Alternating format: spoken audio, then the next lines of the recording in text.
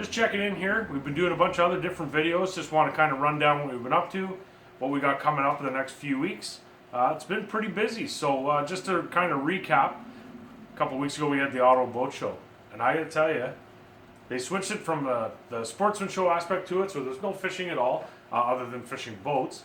But I got to tell you, attendance was great, and I can confirm through the boys at Pirate Cove Marina, they had by far a record weekend at the Ottawa Boat Show. Plus the follow-up sales the following week after, they are blown away. I think they're kind of in a scramble mode how they're going to prep and deliver these boats by May 24 to the folks that have bought them. But I know Mark and Lauren are going to be running over at Pirate Cove to get some boats ready for folks. They had a monster weekend, and it was really great to see people buying, you know, whether they're pontoons or lunds. I know they sold, I think it was a dozen lunds at least. They sold a big boat like mine. So yeah, they had a great weekend, which is great to see. People spending some money and some big bucks, like some really nice boats went out of the show. And I know they weren't the only ones that sold some boats. It was a great weekend, but they had an exceptional weekend at the Ottawa Boat Show. Will it stay as a boat show? I think maybe all signs point that way. I didn't hear too much griping about anything other than people were happy to see that much of a selection of boats, because there was a lot more boats there than normal. So that was pretty cool. On the same weekend, our buddy Ed out at Paddle Tails in Winchester, he had his annual Angler Appreciation Weekend. It starts Thursday to Sunday, and he called me and he told me, he said he had a monster weekend. So guys are getting ready for fishing. I think the weather really played into it. Like, we had some great weather that weekend, and I think it got guys really jonesing to get fishing, so they spent some money, and it's great to see that, you know, Ed's been at it a long time, and Ed does a hell of a job, and yeah, the guys were out there, and they ate a bunch of chicken. Record numbers of chicken, apparently.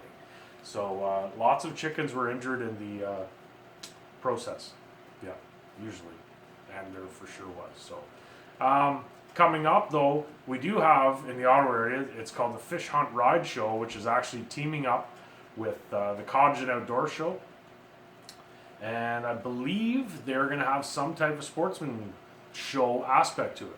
So I'm told there's going to be a couple fishing vendors. We're actually going to go and set up a booth and hawk our guide service. I'm not sure it's the smartest thing I could be doing, because my summer's already going to be jam full as it is. So, but we got to get out there and promote our stuff a little bit, and we're going to give this one a shot. I think it's going to be a different kind of show. Might attract a little bit of a different crowd that we might be trying to touch on. So yeah, we're going to do that. That's the 1st and 2nd of April. So Birdie will be there. I think she's going to be there both days. I'm going to be in and out both days as well. So it should be a good show. I think the numbers they've had in the past, and then they're just going to grow on by adding the sportsman show aspect to it. Back to what we have been doing, the videos we've been doing, the tournament talk videos. You know, we've had 2 different nights where I've had 3 different guys come out and talk. If you haven't checked those videos out, they're on our YouTube page where you're looking at this. Really interesting chats, and guys are begging for more of it and more of it. Yeah, it's easy for me to do because the guys are great. Like the 6 guys that I had come out here, I could have picked a dozen guys or 24 guys, and they would all be great to chat, because at the end of the day, fishing people are pretty good people, right? Like, they're pretty honest, and the guys didn't really pull any punches and kind of told it how it is, and no one's hurt. Feelings were hurt, and I think a lot of people share the same feelings. So maybe people should be listening to what was said that night, and I think they probably are, because it exposed a little bit of stuff that maybe might help them in the future with different events. So more, we want to do more. Okay, well, more meaning what? More tournament talk, or more the topic of pro staff always comes up, and they want to, you know, everyone wants to pick on that. And yeah, I could absolutely base the whole industry, but what good would that do to anybody? It's definitely an odd industry right now. I've been in it myself 8 years.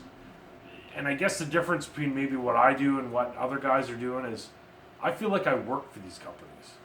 It's not I'm not sponsored by anybody. I hate the word sponsor. I've always hated the word sponsor. I think it's the worst word you can ever use because no one sponsors anybody.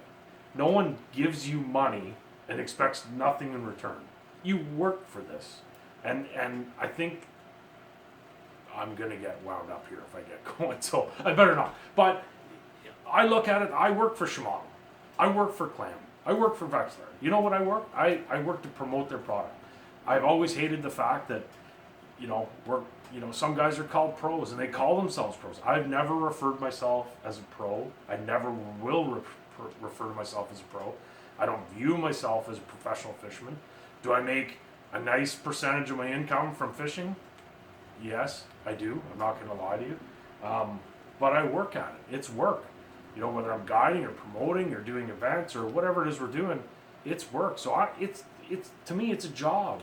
And if back to, I don't want to step on anybody's toes, but if you think just posting on Instagram and post on Facebook and post a little bit on YouTube is you're doing your thing, well, you're not. Because, yeah, you're exposing to a lot of people, but at the end of the day, you're really selling anything? Because at the end of the day, it's selling.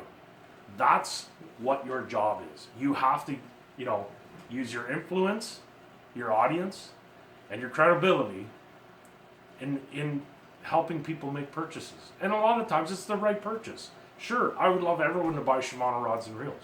You know why? Because I work with Shimano. So if anybody ever asks me, that's what I'm going to tell you to buy. But I'm going to tell you why you should buy that. That's my job as representing Shimano. So it's not just, here's a pretty picture and post it on Instagram and get 1,000 likes. Well, you know what? You're not selling anything. If you're not influencing people to buy stuff, to consider buying stuff, you're not really doing too much for them. And I think that's the crux of the whole pro staff talk. I don't think we're going to do it because it's just going to hurt a lot of feelings. And maybe just what I said hurt a lot of feelings, but that's how I feel about it. And maybe I'm wrong, but that's how I see it. So any other suggestions you have as far as what videos you might want us to do? I have access to all these guys. These guys, maybe they want to talk about prepping for the season and whatever they want to do, but I'm open to it. And I know the guys that I had here, they really enjoyed it. It was a lot of fun. We were here for a couple hours. You didn't see all the conversations. I can't show all that because it was pretty juicy stuff. But it's great, and it's great to sit, on a cold Wednesday night in February and sit and talk fishing for a couple hours, right? So we may do more, but I'm definitely open to suggestions as to what you might want to see.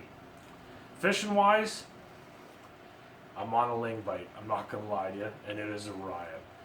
We've been out a couple times now, and we're catching over a dozen fish a night in a few hours, and it is fun as all get out. I'm telling you, but they stink.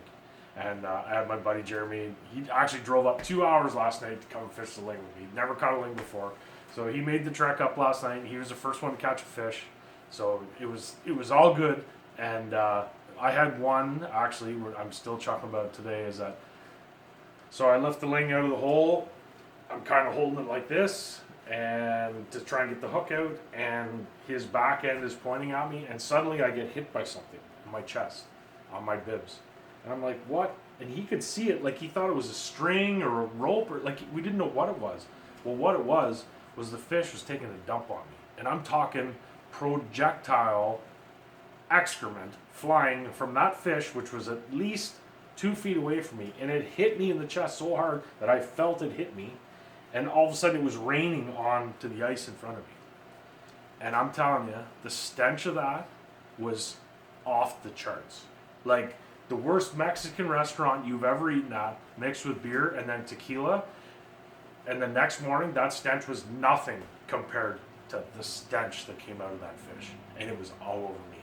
We had a good chuckle about it. My bibs are still out, actually outside, because they're not coming in the house. Wow. But a lot of fun. Really aggressive fish, especially late in the year. I think they're coming into spawn. If you mark them on the Vex, you're going to catch them. They're that aggressive. So I actually planning to get Birdie and Ariel out on them the next couple days. Probably going to try and shoot some video if I can get the lighting to be good enough. I think it'll be a lot of fun. Just something else I want to touch on just before I wrap this up. I posted a video of Bob Mahoney from Shimano talking about how Shimano keeps you fishing. And I'll be honest, before I joined Shimano, I had no idea this was going on.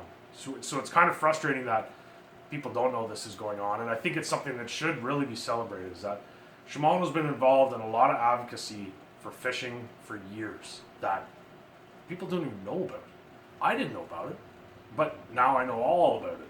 And it's something that should really be trumpeted.